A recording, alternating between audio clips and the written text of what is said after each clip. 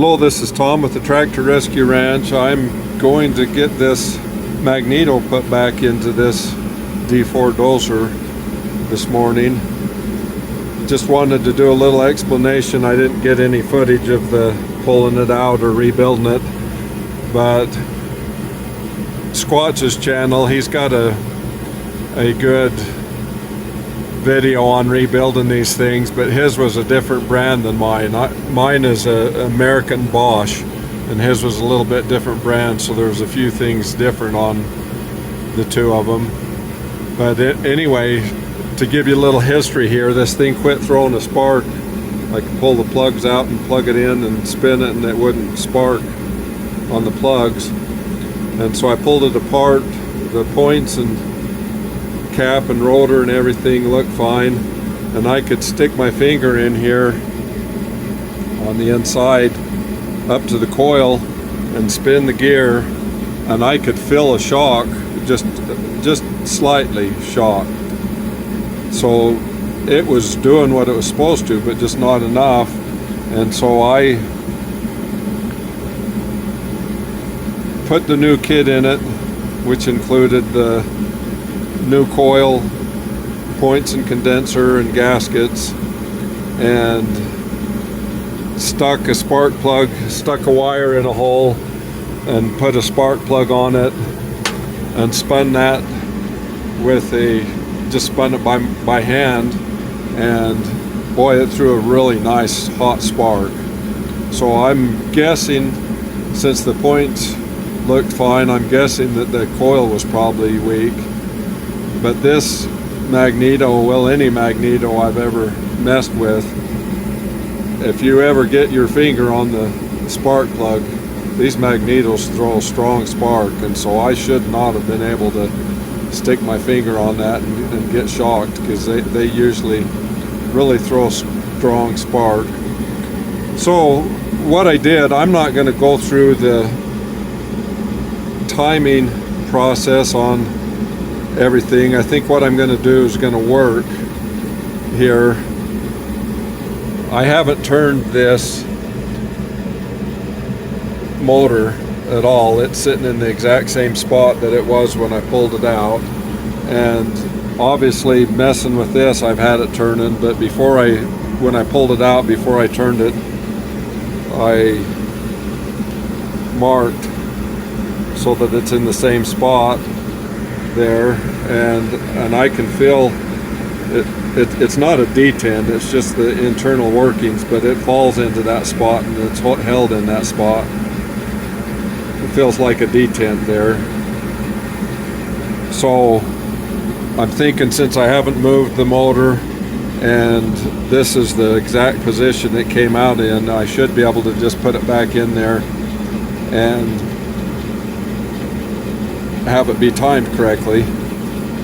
If this doesn't work this way, I can always go through the whole sequence of getting on top dead center and everything and time it, but I'm hoping I didn't have to do that. But anyway, we've got -9 out there this morning, pretty dang cold. I've got a diesel heater blowing, you might hear in the background. It's blowing down onto that oil pan, and a little bit of that warm air is floating up onto my workplace here. So I am going to get that in there. That was kind of a bugger, getting things apart here to the point where it would come apart. So it's just going to take a bunch of work and get things back together. All of this stuff I had to loosen up to get enough room to pull that out. So hopefully I'll get this thing back in there, and then maybe with that heater blowing on that oil pan down there, I'll be able to get this thing fired up today.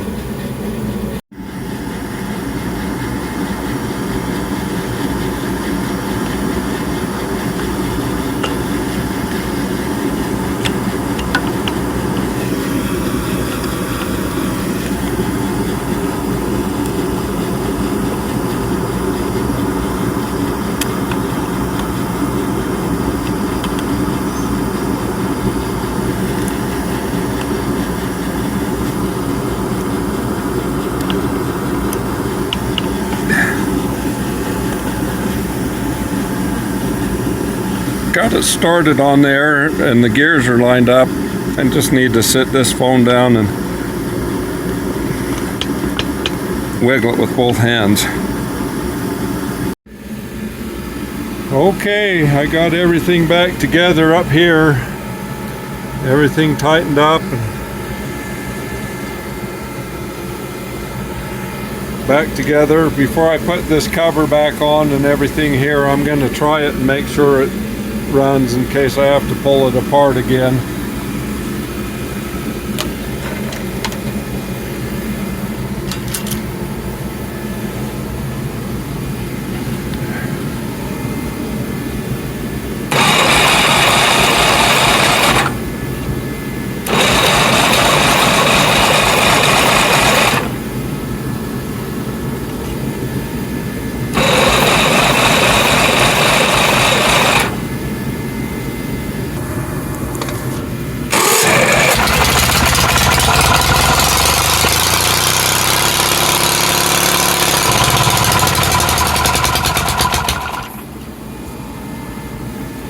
Hey, it's gonna run. It may be out of gas.